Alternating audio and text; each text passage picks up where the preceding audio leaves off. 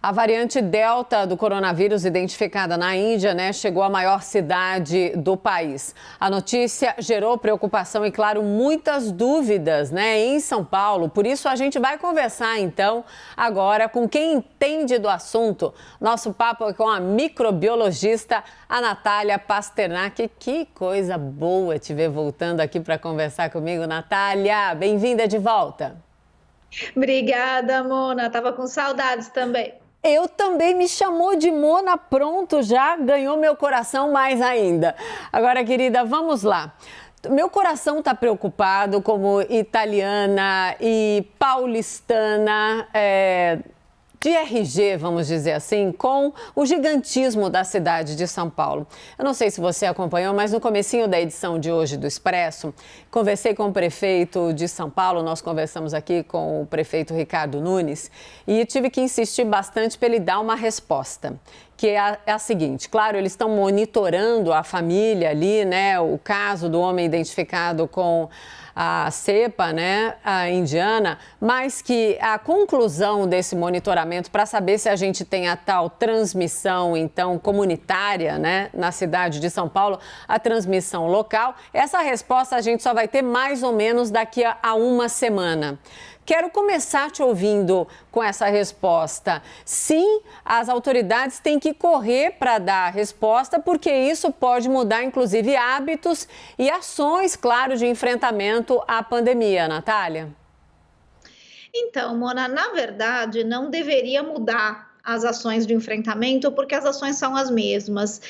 Mesmo quando a gente tem circulando uma variante mais contagiosa, como parece ser o caso da Delta, a gente não muda as medidas de prevenção, porque são sempre as mesmas medidas. É o uso de máscaras, é acelerar a vacinação, é evitar aglomerações, ficar em casa quem pode, claro, com todos aqueles disclaimers que a gente sempre faz, que a gente sabe que tem gente que precisa sair para trabalhar.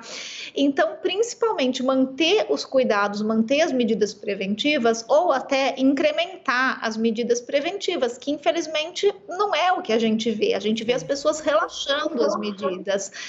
E a Delta, esse caso que foi identificado, ele é interessante como um estudo de caso. Então, fazer o rastreamento dos contatos dele, sequenciar, ver como que foi o espalhamento, é muito interessante. Mas o fato de ter sido identificado esse caso não quer dizer que esse é o único caso. Exato. Porque a gente sabe que a gente sequencia pouco. Claro que numa cidade como São Paulo sequencia mais, mas e no resto do estado, e no interior, e no resto do Brasil? Quando a gente identificou a P1, que era a nossa variante, ela já estava completamente espalhada e não deve ser diferente para a Delta. Deve ter muitos casos que ainda não foram identificados e os cuidados vão ser sempre os mesmos. A gente deveria estar intensificando as medidas preventivas quando a gente se vê diante de uma variante mais contagiosa. Sem dúvida. É que a gente fica aqui batendo nessa tecla, muita gente fala: nossa, que chatice, não aguento mais, estou cansado, quando é que você vai sair? Quando é que você vai me ver de novo? Meus amigos, alguns romperam comigo. E é muito triste isso, porque sim, eu sou obrigada, pela consciência de ser porta-voz dos fatos, a dar o exemplo e trazer a consciência quem não está, Quem não tá entendendo a gravidade da situação, infelizmente, ainda no nosso país. Mas você falava aí do tanto de tempo que demorou para identificar a P1, que é a cepa de Manaus. Eu te pergunto, qual é a particularidade do nosso país, olhando, claro, para essa questão aqui de São Paulo, com a confirmação da cepa da Delta, então a cepa indiana e a P1. Temos que nos preocupar mais por causa das mutações, Natália? É difícil dizer, a gente tem realmente a P1 muito predominante no país desde que ela se espalhou. Se a Delta vai ganhar dela, a gente vai saber agora, mas a gente só vai saber com testagem, com sequenciamento. Claro. Então é uma resposta que infelizmente no Brasil ela demora para chegar. A gente não testa com muita frequência e com muita eficácia. Então a gente vai ver com o decorrer do tempo qual dessas linhas qual dessas cepas está ganhando a briga, qual delas é mais bem adaptada e vai conseguir se espalhar mais. Pode ser que a P1 ganhe, a gente realmente ainda não sabe. O que a gente viu nos outros países onde a Delta entrou é que ela rapidamente se tornou prevalente, mas ela não entrou em nenhum país onde a P1 fosse tão prevalente quanto é no Brasil. Então, vamos ver o que os próximos dias vão dizer. Ah, meu Deus do céu. Natália, claro, os nossos analistas querem participar do papo, então Renata Agostini chega na conversa. Renata. Como vai, Natália? Boa noite. Queria ouvi-la, considerando esse monitoramento que está sendo feito agora da variante Delta, mas também o andamento da vacinação. Como você avalia as declarações que têm sido dadas por alguns prefeitos já prevendo uma normalidade no final do ano, já prevendo festa de final de ano, já prevendo organização para carnaval? É preocupante? Passa a mensagem errada ou dá para sim, para começar a pensar de alguma forma em ter uma normalidade para a população nos meses à frente? Renata, é difícil prever. Eu bato sempre na mesma tecla, que quem gosta de fazer previsão do futuro é político, não é cientista, porque eles precisam disso, eles precisam dar uma esperança para a população, eles precisam fazer um planejamento, eles precisam ser populares, mas na ciência a gente não finge que tem bola de cristal. A gente admite o que a gente realmente não sabe. E é muito difícil fazer esse tipo de previsão, porque a gente não sabe como que as campanhas de vacinação vão avançar. A contenção da doença, ela não depende só da vacinação. Os países que fizeram uma boa contenção da doença, eles fizeram também medidas restritivas, algumas bastante severas. Israel, por exemplo, fez vacinação junto com lockdown severo. E daí conseguiu um resultado muito bom. Aqui no Brasil, a gente está usando quase que exclusivamente a vacinação como estratégia, porque a gente relaxou bastante na maior parte dos municípios e dos estados as medidas de quarentena. Claro que tem uma variação, mas se pegar no geral, a gente tem uma quarentena relaxada. A gente não nunca foi, a gente nunca implementou com grande afinco as medidas preventivas. Então, a gente tem a vacinação.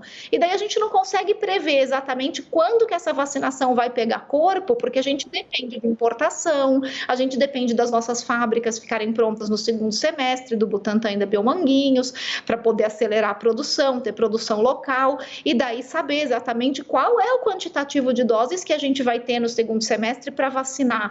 E ao vacinar, olha, legal, a gente vai receber super quantitativo e vai conseguir vacinar 70% da população. Isso deve ser suficiente para atingir uma imunidade coletiva, imunidade de rebanho? Deve, mas se não for, e se precisar de mais, a gente só vai saber quando chegar lá. Ah, meu Deus, é isso aí. Quando chegar lá, a gente espera lá também continuar conversando com você sempre. Mas tem mais pergunta, Natália, por favor. Yuri Pita, sua pergunta. Obrigado, Mona. Boa noite, doutora Natália. Obrigado por estar conosco. Eu ia pegar justamente esse gancho que a Renata Agostini deixou e esse percentual de 70% que eu tenho ouvido aqui da Prefeitura de São Paulo como um gatilho para se conseguir planejar esse cenário pós-pandemia, ou pelo menos de uma pandemia sob mais controle do que a gente tem hoje. É correto se adotar, é possível se adotar algum percentual desse tipo? Existe alguma experiência internacional que sirva de parâmetro para se definir qual patamar a gente pode começar a vislumbrar essa luz no fim do túnel?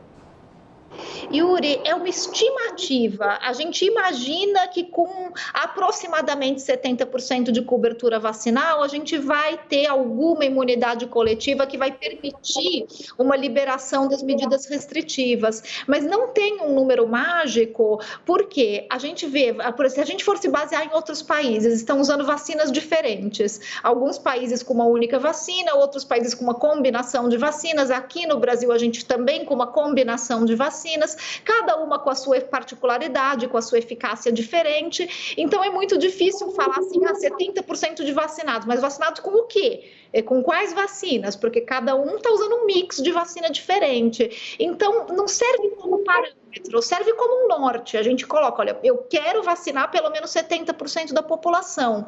Mas para realmente liberar medidas restritivas, a gente tem que fazer isso olhando os números. Então, olhando o número de casos novos, o número de hospitalizações, o número de óbitos, quando a curva realmente cair, aí a gente começa a falar em liberação. E por isso que é difícil fazer essa previsão. Agora, Molica, sua pergunta, por favor. Doutora Natália, boa noite. A gente teve notícias que os casos voltaram a aumentar em Israel, principalmente por conta dessa variante Delta. Mas quais são os riscos dessa variante? Ela dribla mais as vacinas? Ela oferece mais riscos à vida das pessoas? Ou é mais a questão do aumento da contaminação, da transmissibilidade? Até agora, parece que foi um aumento de contágio mesmo e que provavelmente ela tem algum tipo de escape do sistema imune. Então, ela vai contagiar mais pessoas, mas as vacinas continuam sendo capazes de segurar a doença grave. Então, muito pouca gente foi com essa variante. O que aconteceu é que ela realmente se espalhou, conseguiu contaminar algumas pessoas, mas todos com doença leve, o que é muito bom, porque é isso que a gente quer das vacinas, que elas sejam capazes de prevenir principalmente doença grave, hospitalização e morte. E se elas conseguem fazer isso até com uma variante mais contagiosa, elas ainda estão cumprindo o seu papel. Então a gente está bem com as vacinas que a gente tem, a não ser que realmente surja alguma variante que consegue driblar até isso. Tomara que não. Molica, Renata e Yuripita, obrigada. Natália, você está indo embora para os Estados Unidos, né? Eu quero saber se lá você também vai arrumar um tempinho para falar com a gente. Ó. Eu já estou aqui e estou falando com você. Ah, você já está nos Estados Unidos? Eu achei que você estava de mudança. Maravilhosa, então, mais ainda. Muito obrigada. Que bom que você achou um tempinho para conversar com a gente. Eu já te falei que você parece professora falando, né? Sim, é tudo muito claro, é didático, isso é tudo. Nesse momento ainda de tantas dúvidas e de bom senso, contar com uma voz do conhecimento e... É tudo, tá? Obrigada, Mona. Eu sou professora, então tomo isso como um grande... Maravilhoso. Eu sou de uma família de professores, então estamos em casa. Obrigada, cuide-se aí, claro. Até uma próxima, Natália. Obrigada, Mona. Boa noite para vocês. Para você também, maravilhosa sempre.